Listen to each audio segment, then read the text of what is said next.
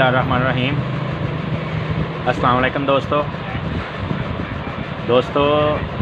तुसी देख रहे हो अकरम यूनिवर्सल इलैक्ट्रॉनिक्स। मैं तुहाडा अपना दोस्त मोहम्मद अकरम। दोस्तों साढ़े को फैन आया डीसी, वो अंदर सर्किट लगा होंदा, ये जलिया होया साडा सर्किट। ये देखो तुसी सर्किट टोटल इहदा जल गया होया। दोस्तों असीं इहदा सर्किट रिप्लेस करांगे, नवा पावांगे और इंशाअल्लाह इनू चला के देखांगे। ठीक हो गया दोस्तों, इहदा असीं सर्किट रिप्लेस करना नवा। देखो यह सर्किट असीं इहदे विच लगावांगे, इहदे नाल दा सेम टू सेम सर्किट साडे कोले है और असीं ये रिप्लेस करांगे इंशाअल्लाह। नवा इहदे विच सर्किट लगावांगे, इहनूं असीं खोल देंगे पुराने नूं। दोस्तों डीसी फैन कल्ला डीसी पहले वाले मॉडल आ दोस्तों, जिन्हां दे अंदर सर्किट आए हैं। हुण वाले दोस्तों जिहड़े हुण वाले हैगे ना फैन डीसी या एसी डीसी हुण आया वा, उहदे विच दोस्तों इस तरह वा कि उन्हां दे सर्किट उन्होंने बाहर कर दिते आ और रिमोट कंट्रोल कर दिते। दोस्तों इन्हां विच भी कुछ हैगे आ सर्किट जिहड़े रिमोट कंट्रोल आए आ, जिहड़े पहले वाले डीसी फैन हैगे आ, लेकिन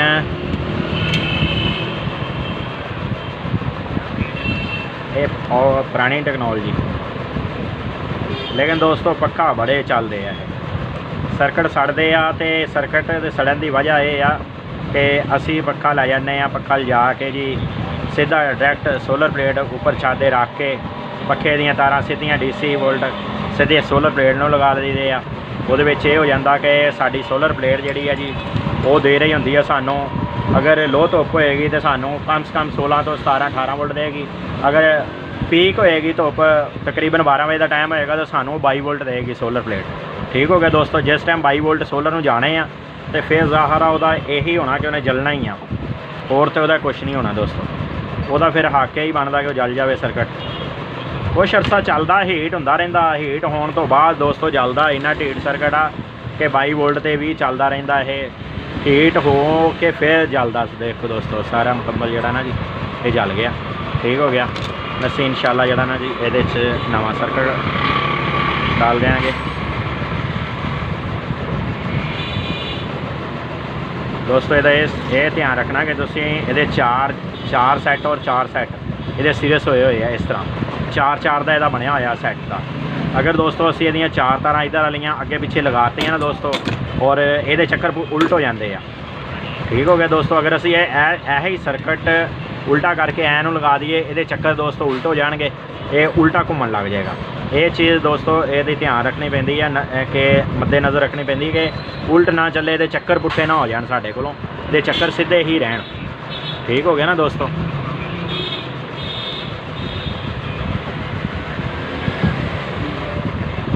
ये चीज़ असीं देखनी है, अल्लाह खैर रखे।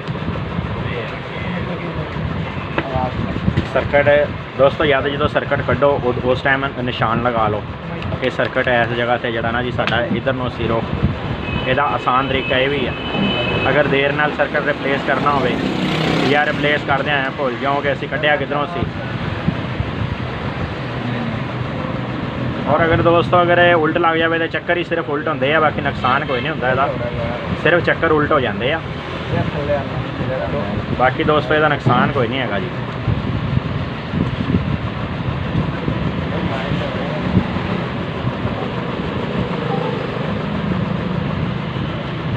बाकी दोस्तों सर्किट रिमोट कंट्रोल भी है वा, लेकिन इसका रिमोट ख़त्म किया होया, यानी कि यह देखना 2 जैक VCC 5 वोल्ट। ठीक है जी, IR और ग्राउंड, लेकिन इसका रिमोट ख़त्म किया होया दोस्तों। वह टांके ही नहीं लगे हुए, ये रिमोट सेंसर लगाया ही नहीं उन्होंने, कंपनी ने नहीं लगाया। अगर भेजिया भी होएगा तो साढ़े माशाअल्लाह इसे एक काम होंदा कि जरा ना जी नालों समान कढ़ लेंदे हैं। टांके दोस्तों अच्छे तरीके ना लगाने, अल्लाह खैर रखे।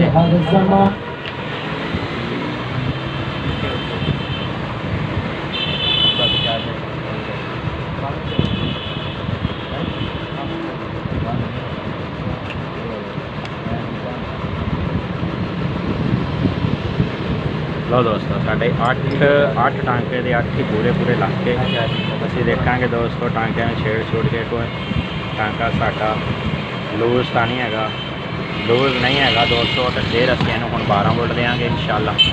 12 वोल्ट देने तो बाद फिर देखते हैं कि साडा ओके हो गया पक्का, फिर दोस्तों असीं इहनूं फिटिंग करांगे जी।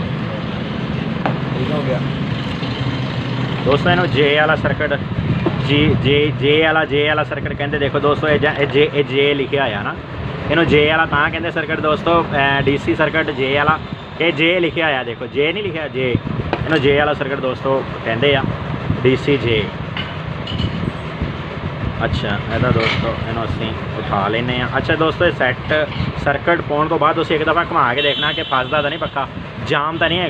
ये अगर किसी पासे अड़ेगा तो फिर साडा सर्किट हीट हो जाएगा और हीट हो के जल जाएगा। ठीक हो गया, साड़ियाँ एफ्टियाँ वगैरह जल जाएगियाँ। ये दोस्तों बड़ी चीज़ देखनी पैंदी है ये।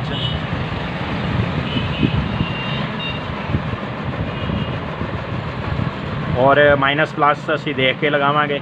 वैसे उन्होंने डाइवर्ट लगाए हुए ये सर्किट के, लेकिन फिर भी असी माइनस प्लस देख के लगावांगे। वैसे उन्होंने सेफ्टी डाइवर्ट लगाए। लो दोस्तों अल्लाह खैर रखे, साडा फैन चल गया माशाल्लाह। ठीक हो गया जी, ये साडा फैन चल रहा जी। सर्किट असी इधर रिप्लेस किया न्यू और माशाल्लाह फैन साडा चल गया। ठीक हो गया जी। यह दोस्तों यदा पुराना सर्किट हो गया जी, असी नवा यदा रिप्लेस कर दिता। ठीक हो गया दोस्तों। स्पीड भी माशाल्लाह ठीक हैगी है दोस्तों। इस तरह वा कि स्पीड जी है ना जी इत्थों पता चल रही है, ये नटां तो या ये परां तो हम पता चलेगी दोस्तों, लेकिन हम पार नहीं है। लिहाजा मैं तुम्हें यह चीज़ नोट करना, तुम नट पर ध्यान रखना इसकी स्पीड का। देखना यह देखो स्लो आ, देखना किस तरह तेज़ होती जाती है आस्ता आस्ता। देखना हम तेज़ हो जाएगी। यह देखो दोस्तों आस्ता आस्ता रफ्तार पड़ गया।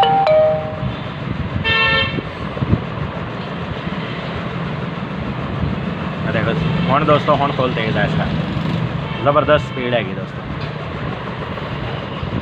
लो दोस्तों अगर तुहानू वीडियो पसंद आई होवे दोस्तों लाइक शेयर, और जिहड़े दोस्त साडे चैनल ते नवे हैगे आ वो दोस्त साडे चैनल नूं सबसक्राइब कर लैन, ताकि नई आने वाली वीडियो लेटेस्ट वीडियो और दिलचस्प वीडियो इलैक्ट्रॉनिक्स के बारे च असीं उन्हां नाल शेयर कर सकीए। और जिहड़े साडे दोस्त इलैक्ट्रॉनिक्स नाल दिलचस्पी रखते आ, नई नई चीज़ां।